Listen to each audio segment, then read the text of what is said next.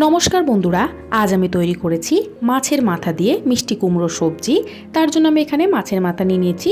মাথাগুলো ভালো করে ধুয়ে জল ঝরিয়ে নেওয়ার পরে লবণ হলুদ দিয়ে মাখিয়ে নেওয়ার পরে সর্ষের তেলে ভালো করে ভেজে নিতে হবে। মাছের মাথাগুলো এইভাবে ভেঙে ভেঙে নিতে হবে।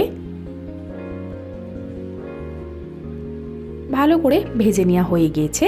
এইবারে তেল ঝরিয়ে নিয়ে তুলে নেব কড়াই থেকে।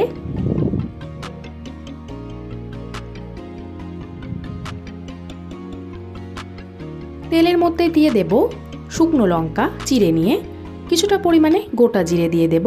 2 থেকে 3 সেকেন্ড নাড়াচাড়া করে নেওয়ার পরে কেটে রাখা আলুর টুকরো দিয়ে দেব। আমি এখানে একটা বড় সাইজের আলু বড় বড় টুকরো করে কেটে নিয়েছি।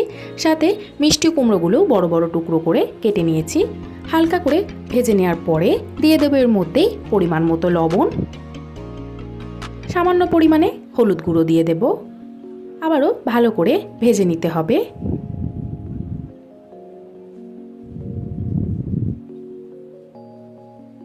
প্রায় 5 থেকে 7 মিনিট মতো আমি এগুলো ভেজে নিয়েছি। এবার এর মধ্যে দিয়ে দেব কিছু মশলা। পেঁয়াজ, আদা, রসুন একসাথে বেটে নিয়েছি, সেটা দিয়ে দেব 2 চামচ। আপনারা চাইলে পেঁয়াজ রসুন বাদ দিয়ে আদা বাটা দিয়েও করতে পারবেন। দিয়ে দিলাম এর মধ্যে জিরে গুঁড়ো।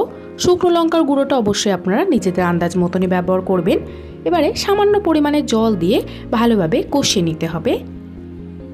মিডিয়াম টু হাই ফ্লেমে রেখে দিয়েই প্রায় 5 মিনিট মতো আমি এইভাবেই নাড়াচাড়া করে মিশিয়ে নেব। ভালোভাবে মশলার সাথে ভেজে নেওয়া হয়ে গেছে। এবার এর মধ্যে দিয়ে দেব ভেজে রাখা মাছের মাথাগুলো। আরও প্রায় 5 মিনিট মতো মশলার সাথে ভালো করে মিশিয়ে নিতে হবে।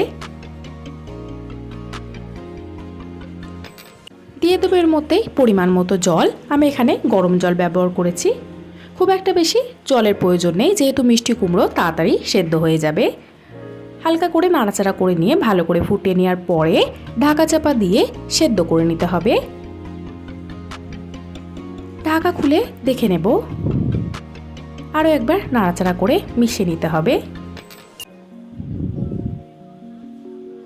সবজিগুলো ভালোভাবেই সেদ্ধ হয়ে গেছে। এর মধ্যে আমি সামান্য পরিমাণে শুকনো লঙ্কার গুঁড়ো দিয়ে দেব ঝালের জন্য, আর দিয়ে দেব গরম মশলা গুঁড়ো। আপনারা যেমনটা ঝাল পছন্দ করবেন সেই হিসাবে শুকনো লঙ্কার গুঁড়ো ব্যবহার করবেন। আরও একবার নাড়াচাড়া করে মিশিয়ে নিতে হবে।